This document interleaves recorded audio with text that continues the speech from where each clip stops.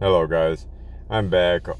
I wasn't anticipating on doing another video right at this moment, but I got a few minutes before I have to go into work, so I figured I'd touch base on the protests going on with George Floyd real quick, just a couple minutes before I go into work.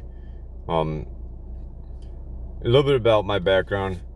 I've worked in juvenile detention. I briefly worked for a police department in Arkansas. I understand that sometimes you're put in a situation, especially as a police officer or a correctional officer, where you don't do everything by the book. With that being said, George Floyd was handcuffed. If they'd gotten off from him, he couldn't have done nothing. He was handcuffed. So the officer definitely should be charged. Now, in my time in juvenile detention, I probably did about 500 hands-on restraints. None of them, I would say, absolutely none, were done by the book. Things happen. In the juvenile detention facility, if we let a kid up out of a restraint, there could be consequences for staff, other juveniles. We cannot allow that to happen. We were also trained that if they say they cannot breathe, do not let them up, because supposedly if they can talk, they can breathe. With that being said, again, George Floyd was handcuffed. There was nothing he was going to be able to do. So that cop should be charged. I am a big supporter of law enforcement. Of course, there are a few bad ones out there that give the rest of them a bad name. Hopefully the consequences for this in particular police officer are severe. What we need to stop doing, we can't be looting businesses, setting places on fire. That's not going to accomplish anything. At this point, I've been listening to the scanners in Minneapolis, Chicago, Los Angeles, Philadelphia. At this point, it's no longer about the George Floyd killing. It's about being able to get away with stuff under these circumstances.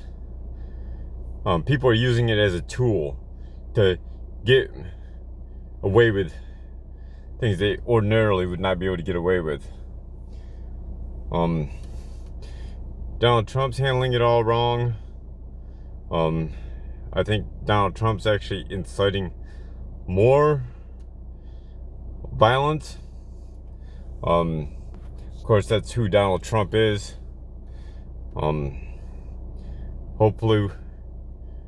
Hopefully he does not win re-election this year. But we do need to bring change to this country. And the reason I'm waiting until 2024 is I know it's going to take that long to get this platform going.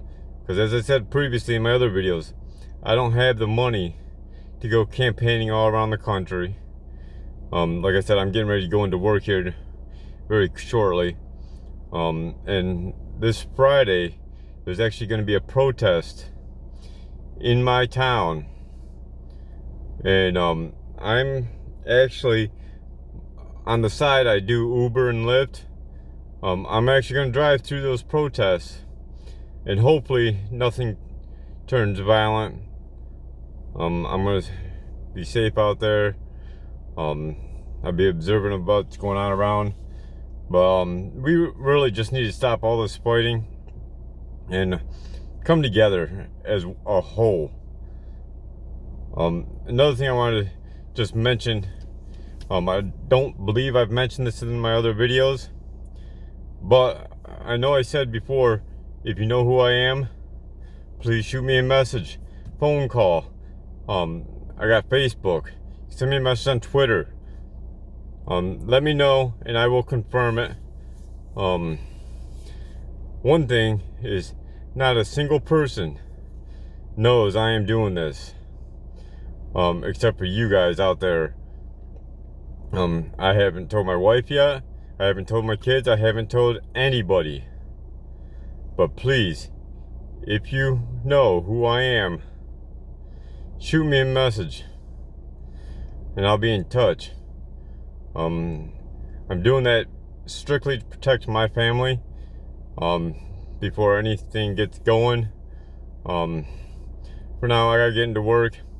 But remember, I'm a common man just like you, and I'm running in 2024. Like, share, comment, subscribe, and I'll see you again shortly.